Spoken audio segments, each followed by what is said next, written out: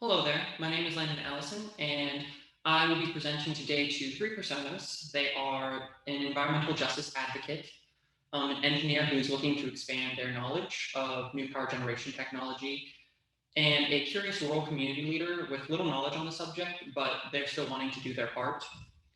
Now, what I'm going to be presenting today is on hydropower. And just to begin, I have a bottle of water here. So I'm sure that this water is tasty and fresh. Yeah, I would place the value of this bottle probably at about $2. If you were dropped in the desert tomorrow, however, the price of this bottle of water could change. If I wait a few days before I approach you with the water, then you might be willing to give me your whole wallet just for this bottle of water. So what does this have to do with what I want to talk about today? Well, you see, value is important. Value is one of the it's one of the things that touches us in our lives more often. So one of the modern goods that we have determined to be pretty valuable is electricity. Almost everything in our lives is touched by our species' ability to harness this element. Just looking around the room right now, the lights work off of electricity. We have appliances that we use to cook food. We have refrigerators, which is used to keep food fresh. We even have devices that I'm using to record this right now, and the devices that I'm sure you're using to watch it. And they're all reliant upon electricity. And to bring things full circle, what if I told you that this bottle of water could produce that very element that is so crucial to modern society? What if I told you that this could stave off a looming threat to our collective futures just by its use?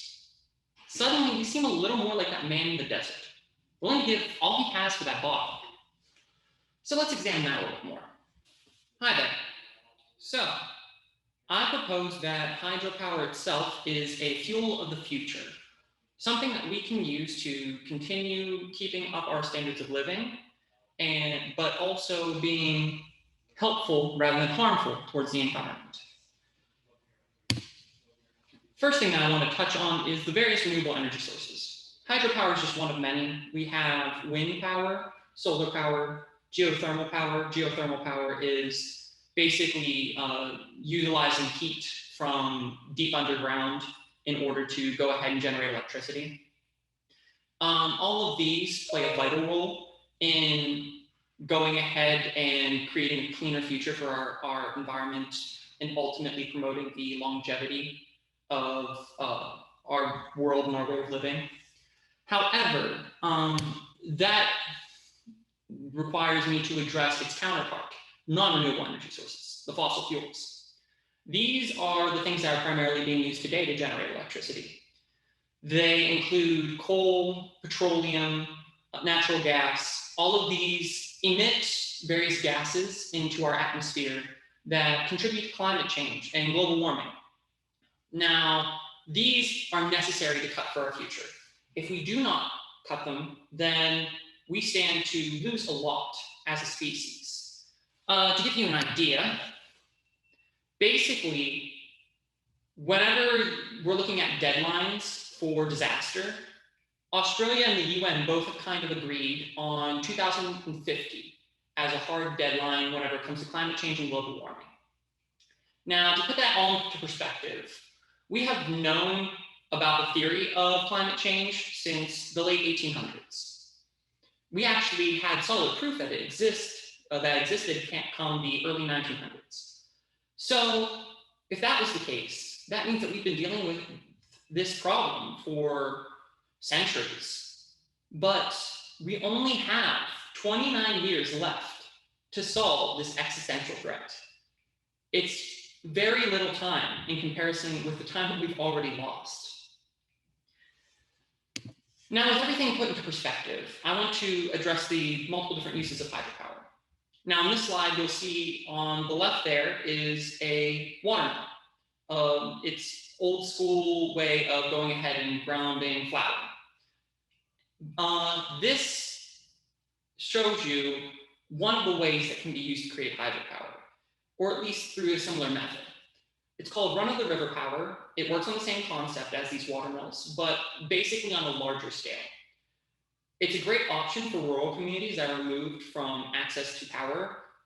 It can put severely isolated towns onto its own separate power grid.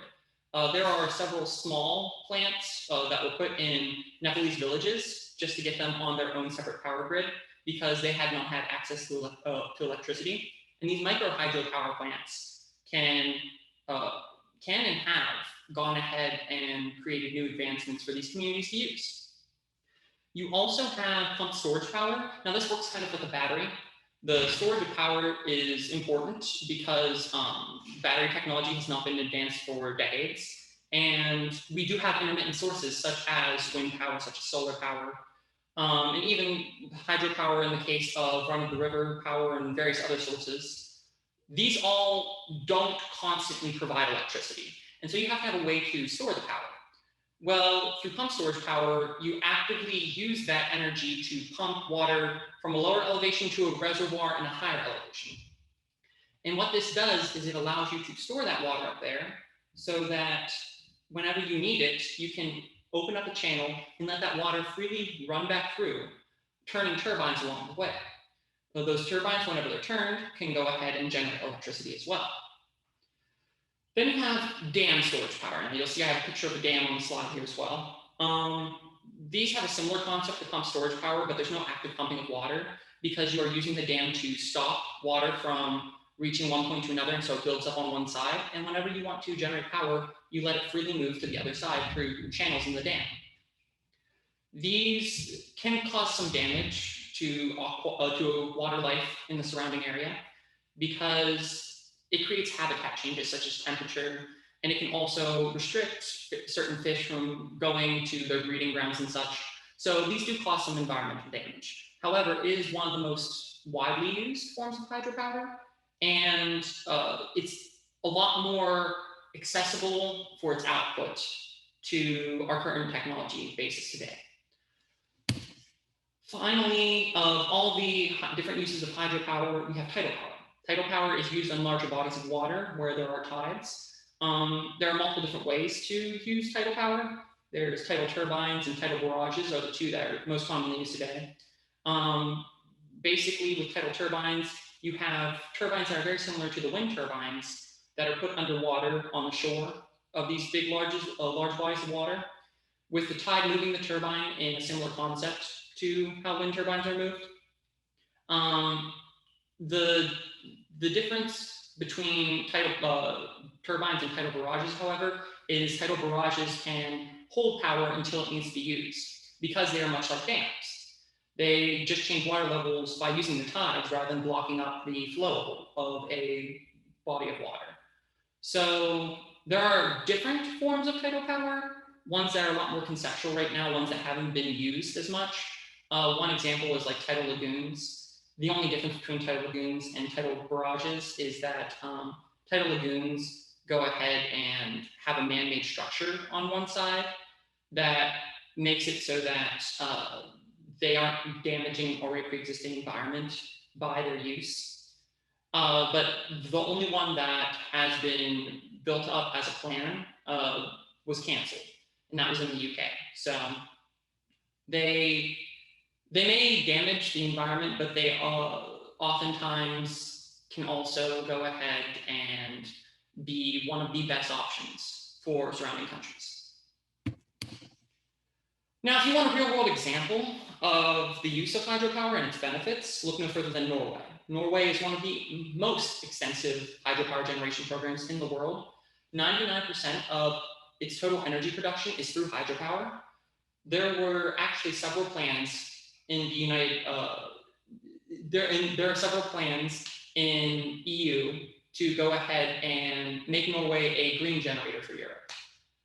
They already export a lot of renewably generated power. They have very little non-renewable power sources. And so it kind of makes sense that if they go ahead and amp up their power production, as they are an ideal spot for hydropower, that they would go ahead and create power for other countries in Europe. So they're kind of like a hydropower nirvana. So finally, I believe that we can reach towards a cleaner, clearer future. one where we don't have to give up as many of the tools and structures that we have come to rely upon, but instead we just alter them. The way we are heading now is unsustainable, with fossil fuels clouding our atmosphere and burning our planet. But there's another path, one that uses resources we already do have access to in order to keep our standard of living as it sits now, but also go ahead and not harm our surroundings. Basically, this bottle has immense potential. And humanity is currently wandering through the desert. We have not yet reached the point of no return, but we are precariously close. I say we take the bottle. What would it cost us? Not our whole wallets, not even the $2. It would just take our time and our interest. If we invest our efforts in a cleaner, clearer tomorrow, one that can be led by hydropower, we are securing that tomorrow for ourselves, our children, and our children's children. Thank you very much.